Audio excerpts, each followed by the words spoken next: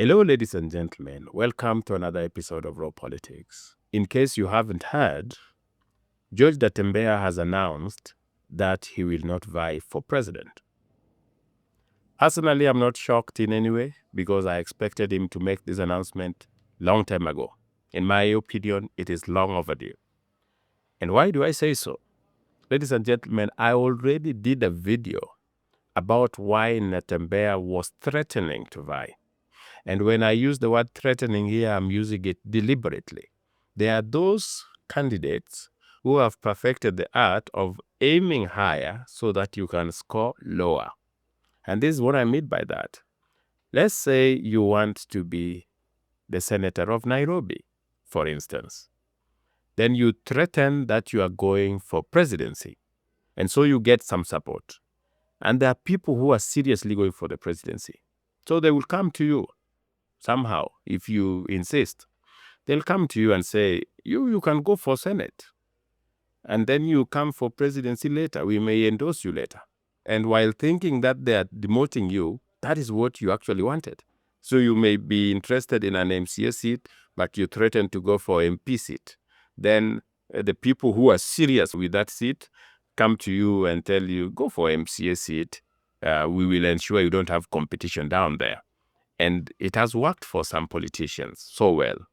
An example would be Kalonzo Musyoka. He threatens to vie every now and then to ensure that he lands a very prominent position, like a running mate of a serious candidate. So it works. That is what, in my opinion, Natembeya was doing. I did a video about it. I'll link the video in the description below and, of course, at the end of this video. That is why I'm saying whatever Natembeya announced did not come as a shock. It was expected. Maybe it's a shock to some so-called Gen Zs who are singing Natembeya is their hero, etc.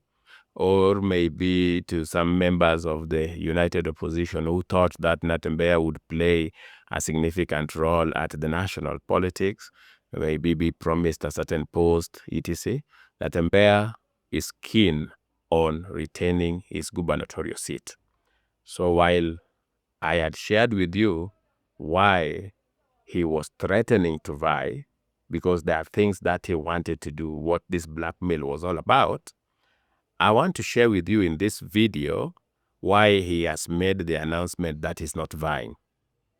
And if that is a topic that interests you, I'll urge you to continue watching. And if you do find value in our videos, consider subscribing to this channel. Ladies and gentlemen, 3 reasons come to mind as to why Natembeya made the announcement. Number 1 is what I would call embracing the reality. The reality is that even though Natembeya tried his level best to wash away the influence of Wetangula and the influence of Mudavadi from Luhyaland, he has realized it is not very easy to do it in 1 year or within the short time he has been practicing this. So he's finding a lot of resistance, which means that unity of Luyas is still a mirage. And as such, Natembeya cannot throw himself into the race of the presidency without having a solid base, a base that he can be so sure of. Whereas Luyas are arguably the majority in this country, they don't have a lot of votes per se. In fact, the last IBC data shows that Luyas have fewer votes than the counties of Luo Nyanza, for instance.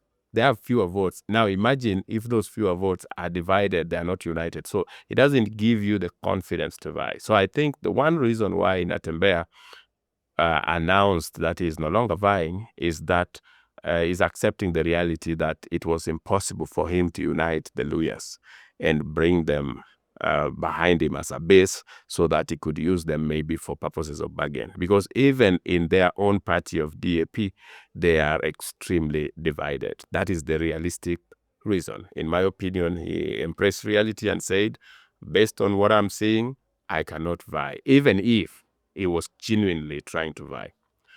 The second one is what I would call practical purposes. You see, Natembeya was threatening to vie, okay, with the aim that at the end of it, the people in power were going to be lenient or negotiate with him. Tell him that just retain your seat. There is no need of complicating things for us in Luyaland.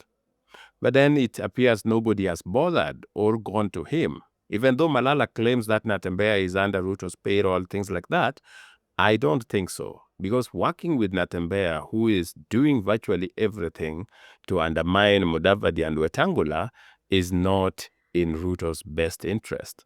It would be like William Ruto is indirectly fighting Mudavadi and Wetangula, unless the war against Mudavadi and Wetangula is also just staged by one Natembeya. But I digress. What I was saying is that, in my opinion, the powers that be have not reached out to Natembeya for a bargain. And so he's asked himself, if I continue like this and we are just 1 year to election, the people who support me might think that I'm very serious with the presidency and say, okay, for president, we support Natembeya. But for the county, we now have a new candidate. At the end of the day, when you come back, you might find that your genuine supporters already transferred their loyalty to other people as far as the county seat is concerned. So he needed to make that very clear that he's not going for the presidency, he is going to defend his seat. And that way, his supporters will still be like, okay, our guy is going for a second term, so let us focus on this. That is a practical approach, because if he continued and pretended that is vying, if you were to come back by, let's say, end of 2026 and come and tell people that I've consulted myself, I'm now going back to retain my seat as a governor, at the end of the day, ladies and gentlemen, politics is very fluid. So you find that your supporters already moved on at county level, not at presidency level. At presidency level, they might be with you. But at county level, they might have picked different candidates. And it is difficult to now convince them again that, you see, I'm coming back to the county. They would see that you are joking with their emotions. They would have invested a lot at the national level in you.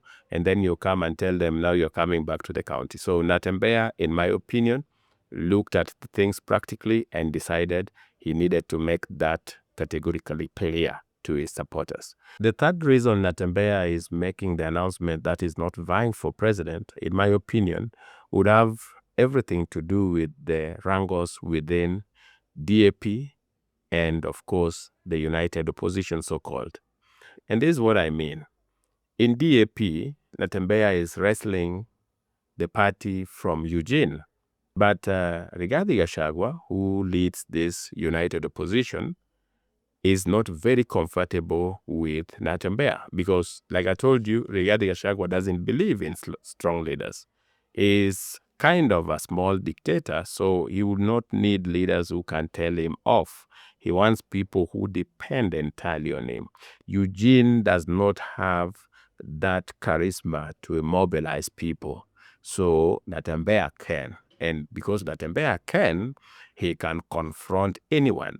Just recently, Natembeya was confronting Rigathi Gachagua and saying that there is no way DCP could field a candidate, an MCA candidate, in one of the wards in Western. And he said the agreement was Rigathi Gachagua should focus on building Mount Kenya and he should focus in building Western. The reason as to why Natembeya can take on Rigathi Gachagua or dismiss the likes of Malala is because himself, he can mobilize on the ground, and also is an outspoken leader and is a strong person. He can speak his mind, and this is not something that Rigathi Gachagua is comfortable with. Based on the response we got from Malala, it seems that DCP was not very happy with the decision of Natembeya to run things in Western.